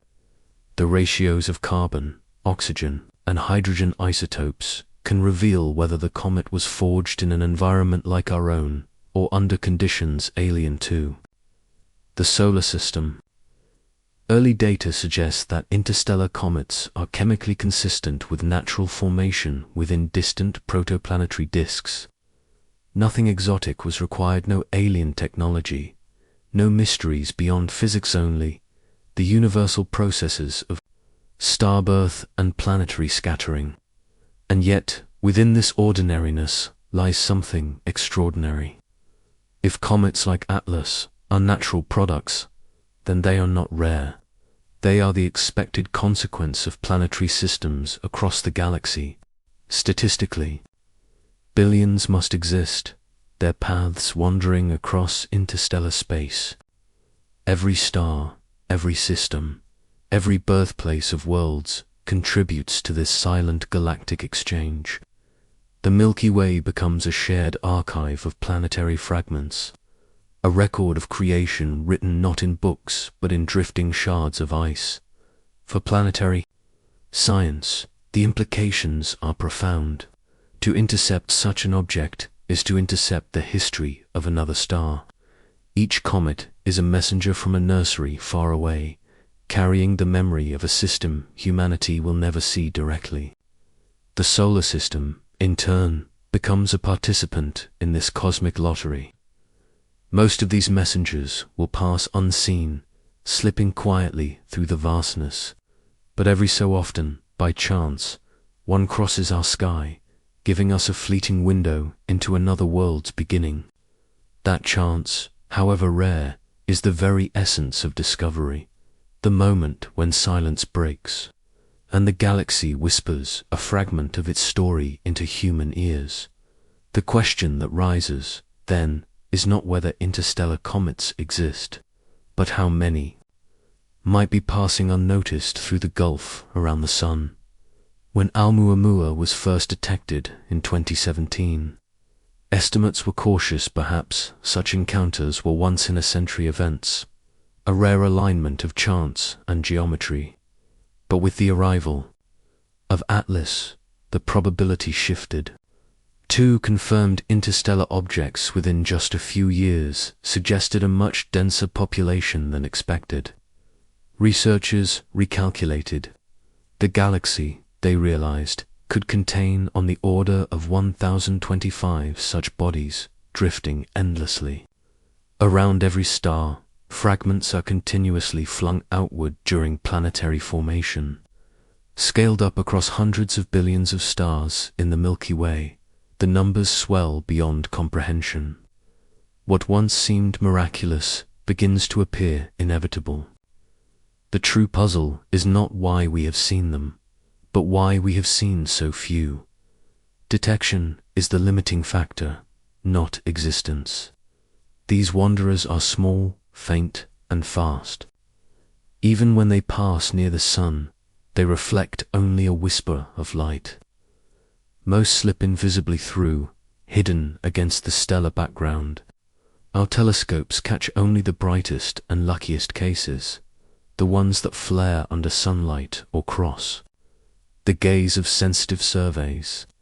The vast remainder remains unseen, a silent procession that continues without witness. For astronomers, this realization reframes the solar system. It is not a closed bubble isolated from the galaxy, but a porous threshold through which alien material constantly drifts. Earth itself, circling quietly, has likely been struck countless times by fragments too small to notice, microscopic grains arriving unheralded from distant origins. The planet has always been a collector of this debris, even if its inhabitants are only now beginning to recognize it. To think of interstellar space as empty is to underestimate its vitality. The void is seeded with these travelers, and each one carries not only mass, but memory, the record of a star's earliest struggles, the chaotic ballet of planets in formation, the violence and creativity of birth. When Atlas came apart, its fragile death mirrored a truth written into the heart of planetary science. Creation is inseparable from destruction, and from that cycle, the galaxy becomes endlessly entangled. The growing consensus among planetary scientists is that Atlas was exactly what models predict, an icy fragment expelled during the birth of a distant system. Its fragility is not weakness, but the expected destiny of a comet wandering through. the galactic dark for millions of years, freed from its star, exposed to the harshness of interstellar radiation. It was preserved like an ancient relic, its volatile ices intact until the warmth of our sun unsealed them. In breaking apart, it revealed its history. This supports the vision of a galaxy filled with such objects, not as exceptions, but as norms. To see them is to catch the galaxy behaving exactly as theory demands. The Vera Rubin Observatory, soon to begin its decade-long survey of the southern sky, promises to transform this field. Equipped with a telescope designed to sweep vast regions of space night after night, Rubin will detect faint moving objects with unprecedented precision. If estimates are correct, it may discover dozens, even hundreds, of interstellar comets in the coming decades. Such a leap would not only confirm the ubiquity of these bodies, but allow astronomers to build a catalogue, a comparative library of alien fragments. Each object could be traced back, its orbit revealing clues to its point of origin, its chemistry offering evidence of the diversity of planetary systems across the galaxy.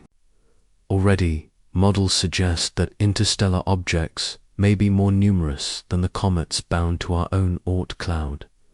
If that is true, then every patch of interstellar space is dense with fragments so dense that our solar system is constantly intersected by them, though most are too small to notice. The fragility of Atlas is not unusual, it is representative. To grasp this is to shift perspective. These are not rare visitors, but emissaries of a process woven into the very fabric of galactic evolution. Every world in its creation contributes to the scattering. Every star system enriches the interstellar medium not only with light but with debris.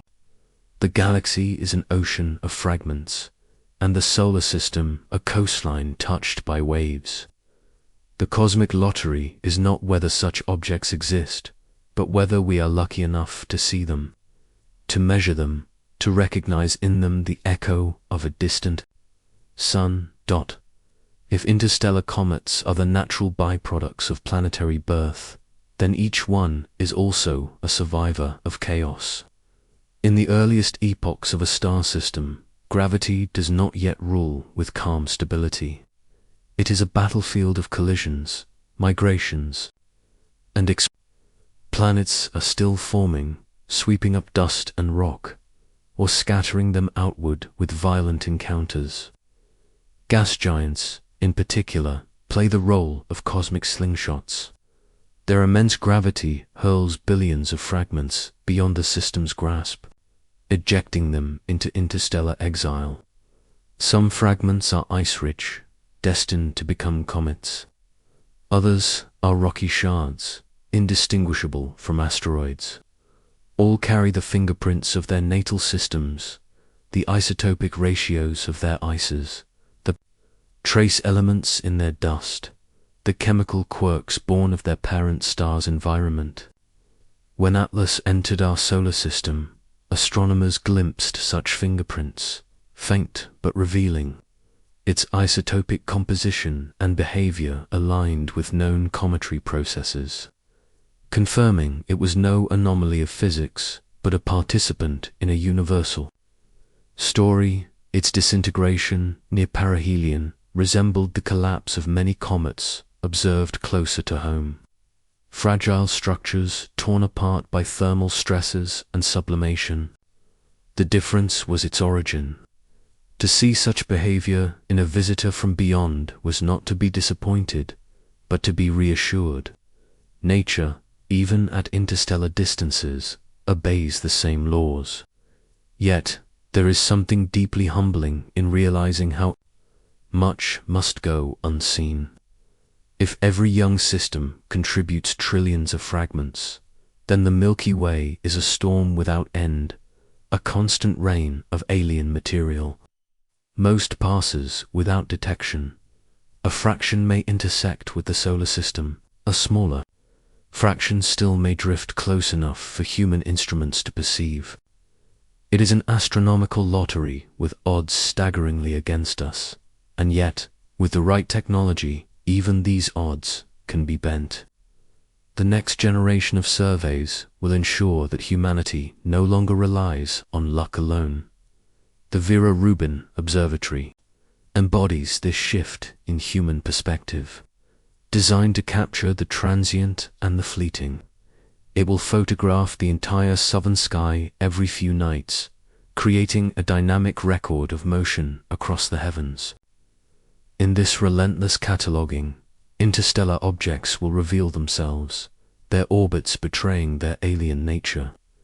They will no longer remain rare accidents of observation, but predictable discoveries. Astronomers expect Rubin to revolutionize the study of small bodies, transforming a trickle of chance detections into a stream of confirmed interstellar wanderers. With each new object, data will accumulate. Patterns may emerge.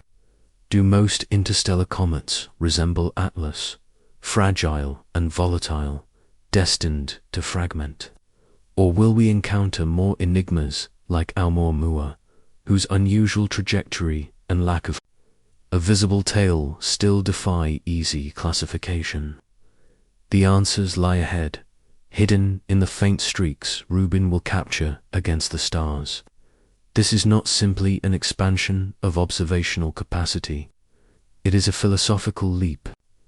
For centuries, humanity has wondered whether the stars are isolated realms or whether material, perhaps even seeds of life, travels between them. Interstellar comets provide the most tangible evidence yet. They are proof that planetary systems are not sealed compartments but contributors to a galactic ecosystem. Each detection adds weight to the idea that panspermia, the transfer of life's ingredients across space, may not be a wild speculation but a process written into the structure of the cosmos itself. If billions of comets cross between stars, carrying water and organics, then the galaxy is not barren but interlinked, its worlds connected by invisible bridges of matter. In the fragile arc of Atlas, this truth becomes almost poetic. Its destruction near the sun was not an ending but a revelation, a small chapter in a story still unfolding, one in which Earth is not an isolated stage, but part of a vast and ancient exchange. In the shadows of mainstream astronomy, where cautious consensus builds its slow edifice of knowledge, there lingers a more provocative vision. Some scientists argue that interstellar visitors are not merely discarded debris of planetary birth, but something far stranger, artifacts of intelligence cast across the abyss. Among the most vocal of this possibility is Avi Loeb, who has urged the scientific community to resist the comfort of conventional explanations. He argued that Oumuamua, with its peculiar acceleration and thin, elongated shape, might have been technological in nature. When Atlas later appeared, some wondered if its sudden disintegration might also conceal a hidden story, less random than it seemed. Could its fragmentation have been intentional, a designed mechanism, scattering materials as if releasing seeds into fertile ground? It is a question that unnerves, because it forces astronomy to step beyond the familiar, into a territory where physics meets intent, and where comets are no longer lifeless wanderers, but potential messengers. Mainstream science, wary of such leaps, tends to hold firmly to natural causes. Yet history reminds that yesterday's fringe can become tomorrow's fact. What if interstellar comets are not simply geological samples from distant systems, but carefully chosen couriers, delivering either information or possibility? The notion straddles the line between imagination and evidence. It invites one to look again at the breakup of ATLAS not as weakness, but as performance. Was the release of volatile gases an accident of solar heating, or could it have been a deliberate unraveling, timed to scatter its contents into the solar system's winds? A machine, after all, need not look metallic to be artificial. A probe, designed to mimic natural comets, might survive detection precisely because it hides within the expected. The unsettling consequence is that humanity may already have encountered alien technology, only to catalogue it as ice and dust, its purpose overlooked, its message lost in the silence of our assumptions. To imagine a comet as a probe is to blur the line between biology, geology, and technology. Consider the principle of self-destruction, usual for machines built by humans, but efficient for devices meant to seed or transmit. If an alien civilization sought to scatter materials across space, the fragile architecture of a comet would be an elegant disguise. Ice could preserve delicate compounds for millions of years. A slow disintegration near a host star could release them, showering planetary atmospheres with organics.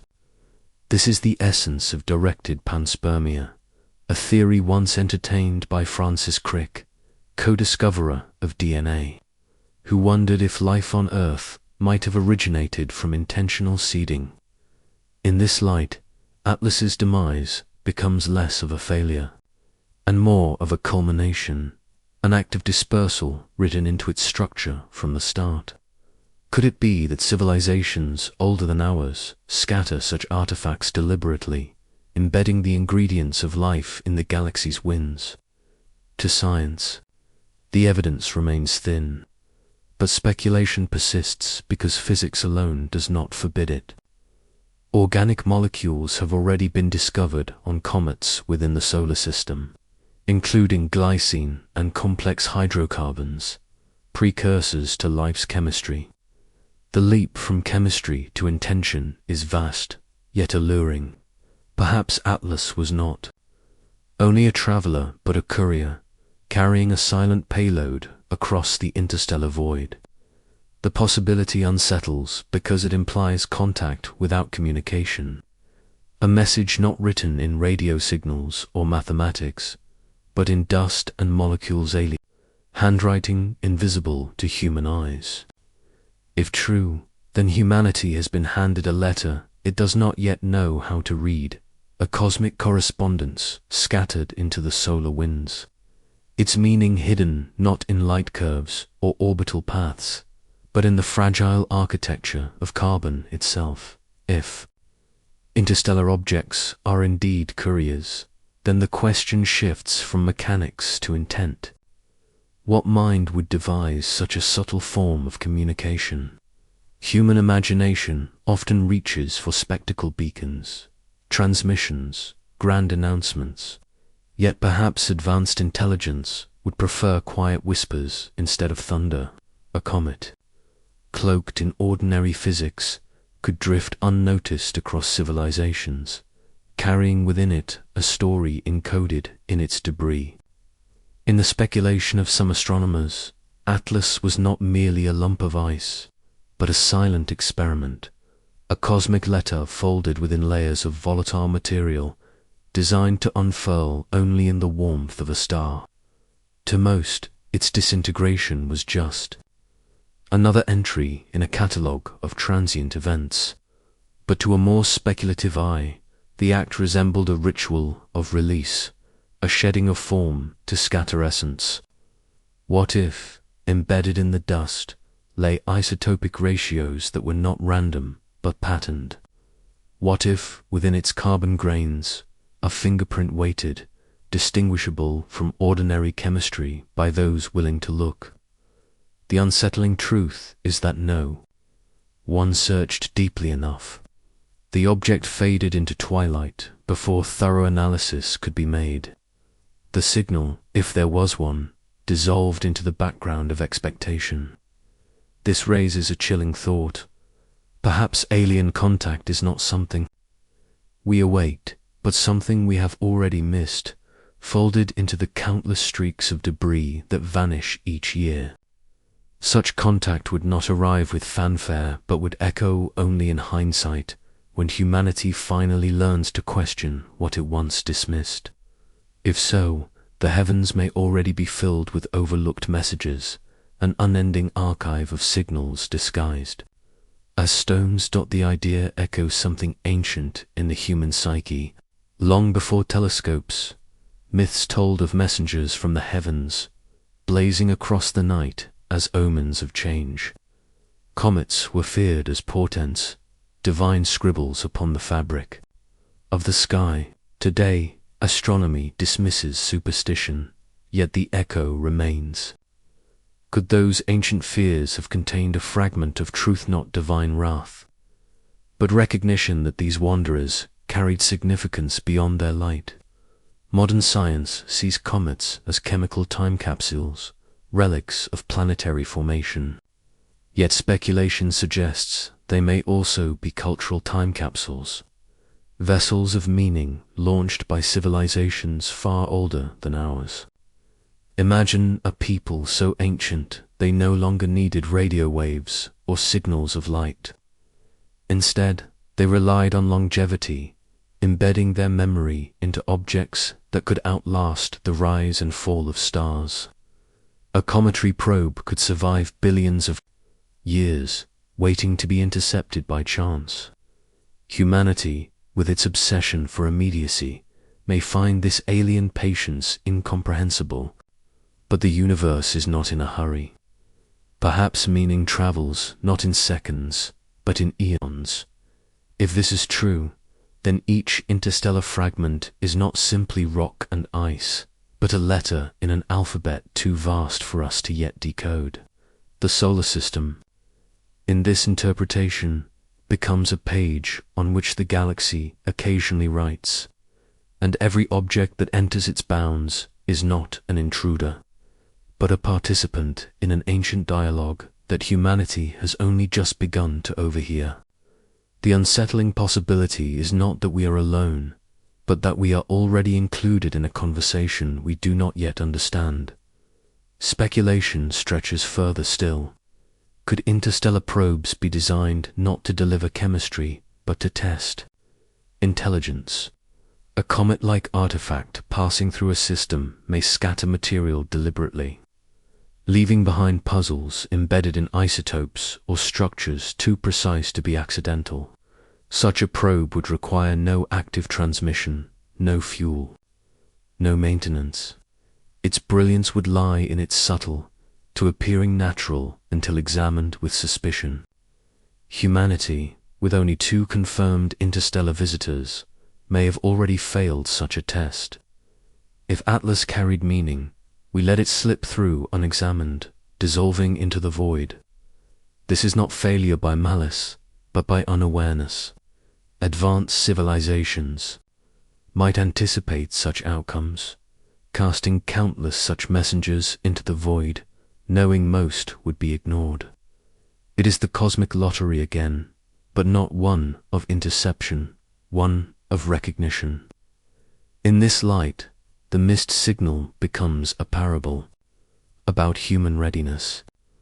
Are we truly prepared to recognize intelligence in a form we do not expect? Would we know a message if it appeared not in mathematics, but in dust?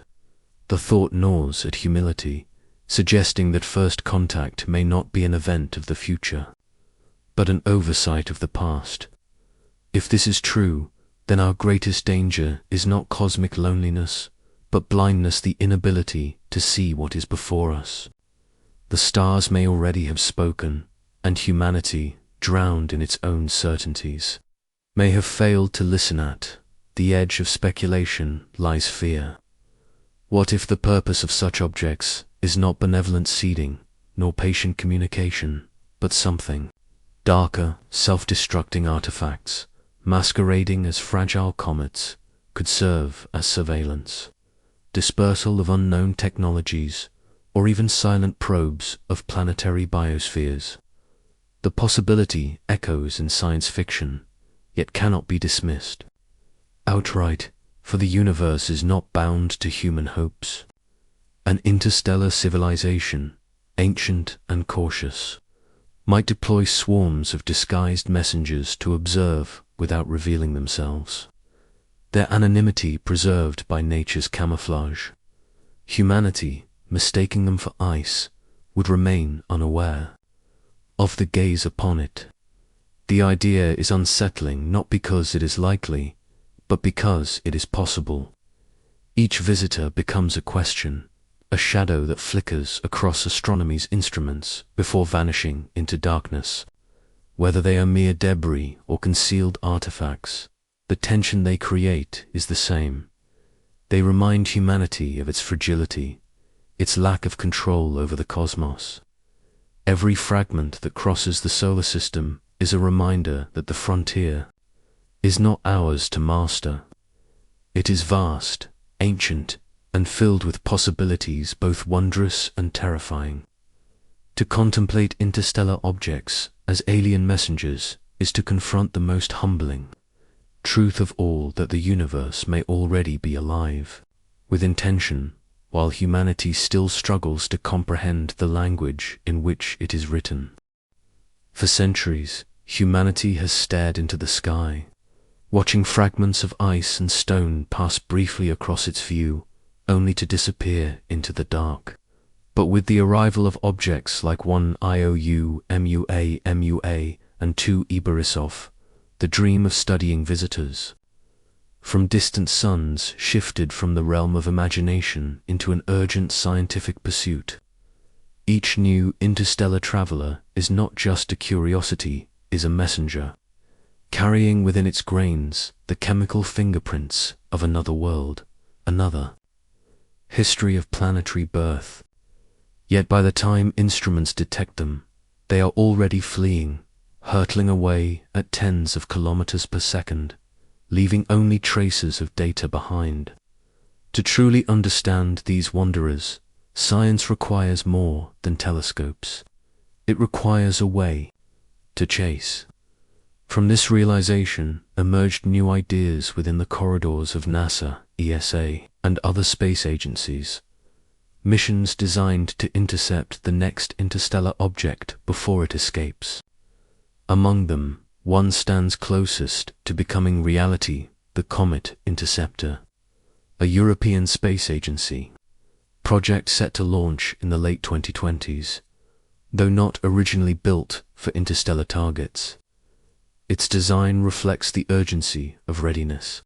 Unlike past missions, which aimed at known comets years in advance, the interceptor will wait in space at a stable point between Earth and the Sun, ready to sprint toward the next unforeseen arrival. It will carry with it the hopes of seizing a rare opportunity to capture images and data from an untouched wanderer, one never altered by the warmth of the inner solar system. If fortune aligns, perhaps even an interstellar traveler itself. In its promise lies the beginning of a new era where chance encounters are no longer surrendered to fate, but seized with preparation. Humanity, for the first time, is building tools not merely to observe the cosmos, but to intercept it. The challenge, however, is formidable. Interstellar objects do not announce their arrival. They burst suddenly into view, often discovered only when already near the Sun, when time is running out. Their speeds are staggering, beyond the reach of conventional mission planning. To catch them requires spacecraft capable of rapid deployment, fast propulsion, and precision targeting in the vastness of space. Proposals have emerged that push the boundaries of current engineering. Some suggest prepositioning fleets of interceptors in dormant orbit, waiting like hunters for the signal of a new discovery.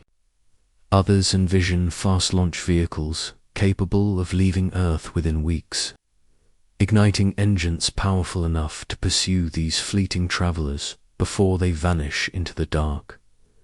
The key to success lies in early detection.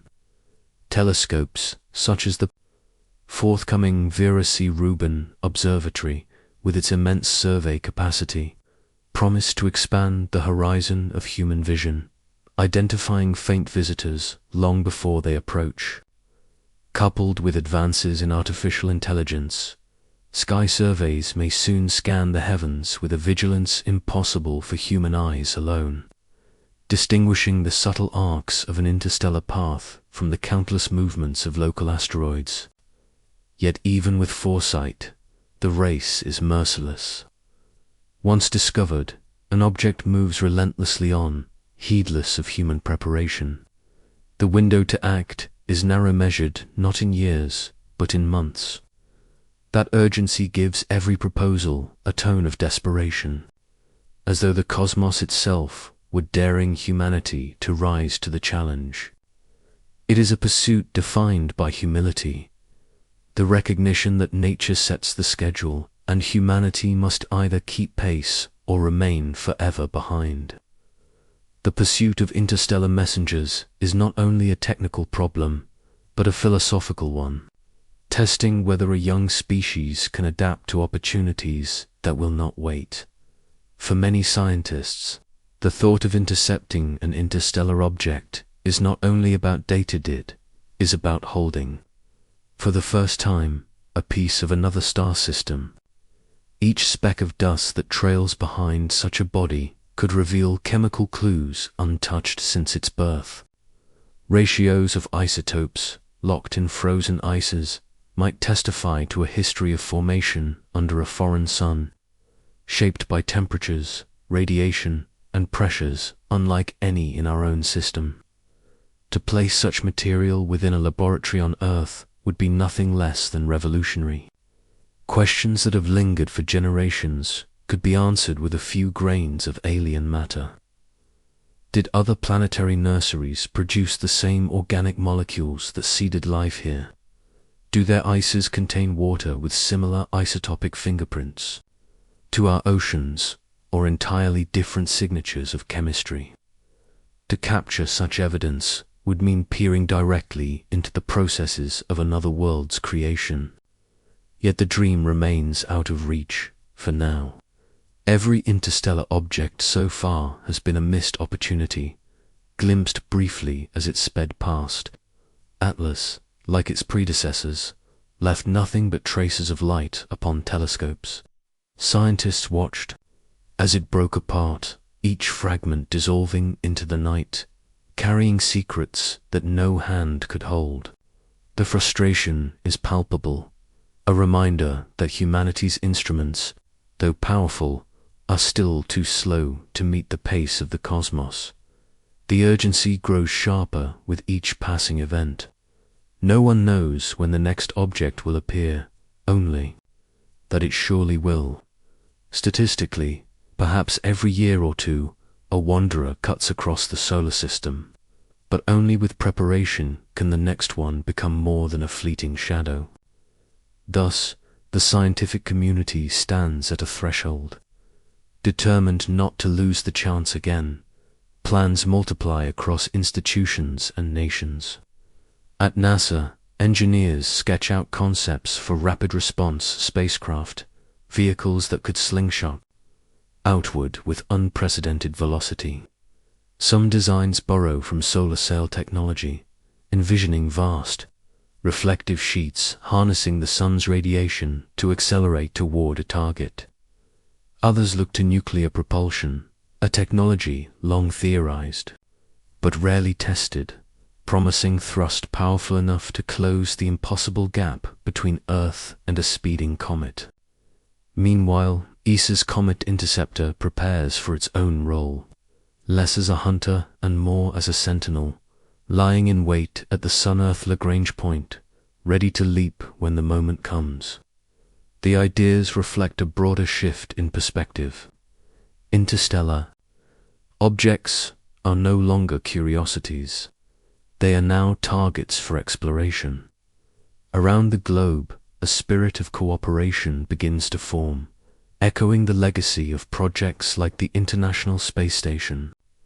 For in the chase of these cosmic travelers, no single nation holds advantage.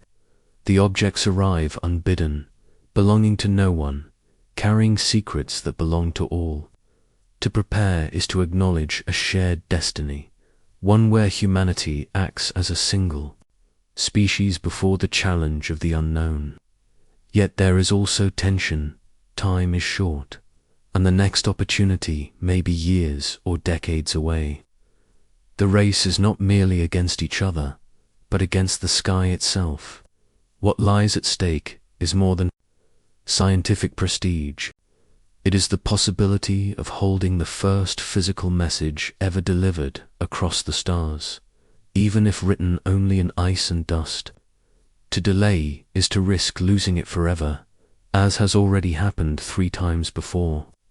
The sense of urgency sharpens. The resolve of those who plan, who dream, who wait with instruments poised. The pursuit is driven not only by curiosity, but by a haunting sense of loss. When Atlas crumbled in 2020, scientists could only watch, powerless, as its nucleus disintegrated into a haze. To some, it was the echo of an opportunity that slipped through their grasp. They know that if humanity had been prepared, perhaps fragments could have been caught, analyzed, preserved. Instead, they were gone, burned into nothingness by the sun's relentless heat. That absence leaves behind a silencer, silence filled with questions. What did its isotopes hold? What stories lay within its ices? Could it have revealed whether organic molecules are universal, or whether the seeds of life differ from system to system? These are not idle curiosities. They are the foundations of the greatest questions science has ever asked. Where did life come from? And is it common or rare? To intercept the next wanderer is to step closer to answering those questions, not with theory, but with matter itself. That is why the community describes these objects as missed opportunities, but also as urgent calls to action. In their fleeting nature lies a reminder that the cosmos does not wait for readiness. The interstellar messengers arrive when they will, their paths indifferent to human longing. For scientists, that indifference is both a challenge and an invitation.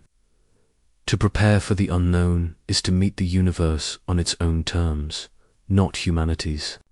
And so, the drive to intercept is not simply technological, it is existential, rooted in the awareness that opportunities lost to time may never return. Humanity has always lived with the illusion of isolation. For millennia, the night sky seemed like an ocean of distance, a backdrop rather than a place, a tapestry of cold fire with no bridge to its shores. Yet the arrival of objects like Almu-Moa to I, Borisov, and Atlas shattered that illusion. Suddenly, the cosmos was no longer a distant spectacle. It was in motion around us, sending visitors across the void. These were not local wanderers bound by the sun's gravity, but strangers from other suns, crossing our domain with silence and speed. Their very presence redefined humanity's place. We were no longer an island, drifting alone in the Black Sea. We had become a crossroads, standing at the edge of invisible highways that cut across the galaxy. And in this realization lay both wonder and unease. To glimpse such a traveler is to be reminded of scale, to recognize that our solar system is but one harbor among billions, each sending its debris, its fragments, its emissaries into the currents of interstellar space. The symbolism runs deeper than science alone. Across cultures, the arrival of strangers has always stirred to instincts hope and fear. Hope for knowledge, trade, discovery, fear of intrusion, of threat, of being changed forever by what comes from beyond. In this ancient rhythm, the astronomers of today echoed their ancestors. They peer through their instruments with reverence, but also with an unease that is not easily spoken. For who can say what truly moves between the stars? The reflection deepens when one considers the nature of the visitors. If Atlas was natural, If its disintegration into streams of dust was merely the fate of a fragile comet born around a distant star, then the galaxy itself must be alive with worlds like ours. Every system, every nursery of planets, casts fragments outward. Over eons they wander, carrying the fingerprints of alien chemistry. Silent proof that planetary creation is not unique to the Sun. This interpretation is comforting, for it suggests kinship. It means we live in a galaxy teeming with planetary siblings, a place where the processes that shaped Earth echo again and again in uncountable variations. But another possibility lingers at the edge of thought, one that unsettles as much as it intrigues. What if these objects are not merely debris, but deliberate? What if one among them, someday, reveals the unmistakable signs of design? The idea cannot be dismissed outright, for physics does not forbid it. A fragment of technology disguised as stone would appear no different until examined with closeness. Should such evidence be found, it would rewrite the human story in an instant. The galaxy would no longer be a stage of natural processes alone. It would be inhabited, aware, perhaps even watching. Such a revelation would be both triumph and terror. To know that others exist would end the solitude of humankind, but it would also end the certainty of control. The duality of hope and dread is as old as the myths of the first civilizations. The stranger at the horizon could bring wisdom or conquest. The visitor from the stars could carry answers or warnings. And so, with each new interstellar discovery, humanity lives suspended between yearning and caution. Scientists speak in measured tones, describing models of outgassing, trajectories, and disintegration. But beneath those words lies something older, a primal tension inherited from ancestors who once stood on shorelines, watching unknown sails appear across the sea. It is the same question written now in astronomical journals and whispered in quiet wonder. Are we safe, or are we being studied as we study the skies? The Fermi paradox, that ancient riddle of silence, folds itself into this moment. Perhaps these fleeting objects are the only form of contact the universe offers, a quiet, indirect exchange through fragments of rock and ice. If so, then the paradox takes on a new shape. We may never receive radio signals, never see vast ships, never share dialogue across the stars. Instead, we may only brush against the debris of their existence, the discarded remnants of their worlds. It is contact by absence, communication through silence, an unspoken reminder that we are not central but peripheral. And if this is all the galaxy ever gives, then we must ask, is it enough? The thought becomes heavier when silence follows, for when Atlas broke apart and drifted into invisibility, it left behind no tangible knowledge. Only uncertainty remained, suspended like dust in the mind. Such events are haunting because they offer glimpses but never resolution. They tease with possibility, then dissolve, leaving only questions. And in that gap between appearance and disappearance lies one of the deepest truths of science. Knowledge is fragile. It is a light that flickers against vast darkness, easily extinguished by the limits of time and technology. Humanity lives with brief windows of awareness, catching fragments before they vanish. To study the cosmos is to learn humility, for most of its truths lie beyond reach, accessible only in fleeting whispers. The visitors embody this condition perfectly. They arrive unannounced, stay for moments measured in months, and then recede forever into the untraceable void. Their silence after departure is more profound than words. It is as if the universe itself reminds us that certainty is a luxury, not a right. And so, humanity waits, its instruments pointed outward, scanning endlessly, hoping for the next sign in the darkness. The philosophical weight of such waiting cannot be understated. To live in expectation of another visitor is to live in tension between fear and longing. What if the next brings evidence of life? What if it brings only proof of lifelessness? Each possibility reshapes our identity. If all we ever find are natural fragments, then the story is one of abundance without companionship, the galaxy alive with worlds, yet silent of voices. This would affirm that life on Earth may be rare, perhaps singular, a lonely anomaly adrift among countless sterile systems. But if, against probability, one object were artificial, the meaning would be overwhelming. It would mean that intelligence is not ours alone, that another will once walk under another star, building, creating, sending. To be confronted with such knowledge is to feel both elevated and diminished. Elevated because we would no longer be alone, diminished because our uniqueness would dissolve into a greater whole. This dual possibility lingers like a shadow behind every observation, haunting astronomers as they calibrate their instruments, watching light curves and orbital models. The question is never asked directly in technical reports, but it lives unspoken in every discussion. Are we witnessing nature or intention?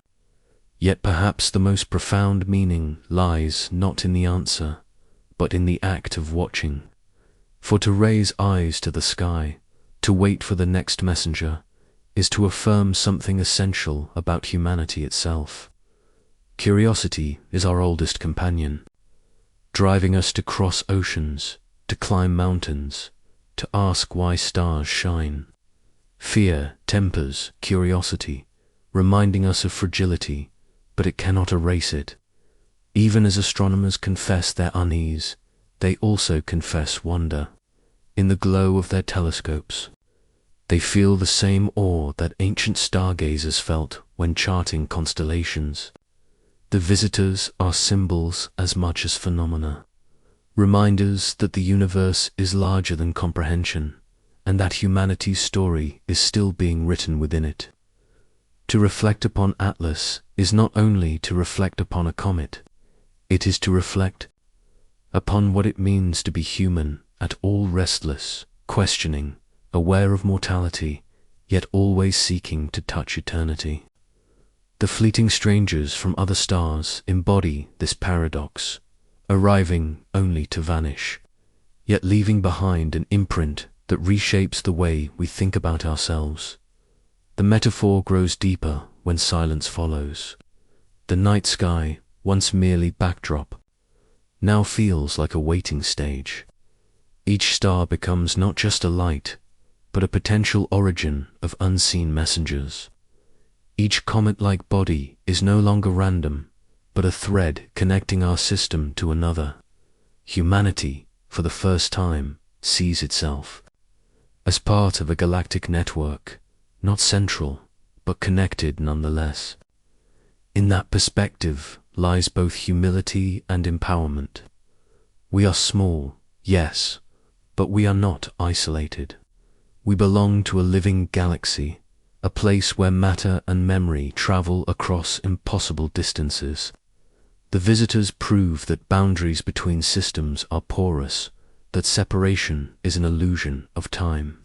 And if matter can cross the gulf, then so, one day, might have meaning. The silence may not last forever.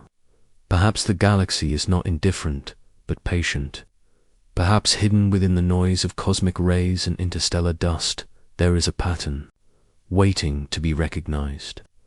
Until then, humanity stands at the threshold of awareness, poised between solitude and connection.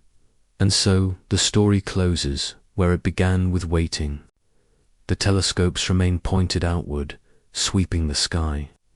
their operators awake through long nights, listening to the quiet. In that waiting lives a metaphor for the human condition itself. To exist is to wait for meaning, to search for connection.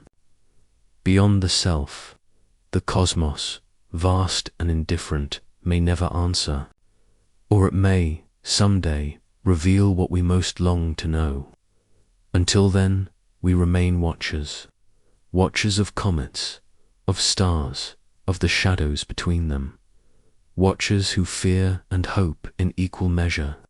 And as the memory of Atlas fades into the catalogues of history, the anticipation does not fade with it.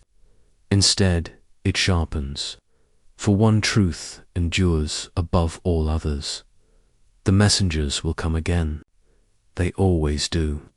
And when they arrive, humanity will once more hold its breath, torn between wonder and dread, waiting for the cosmos to speak. We wait, eyes on the stars, for the next messenger to arrive, fearing and hoping that it will tell us we are not alone.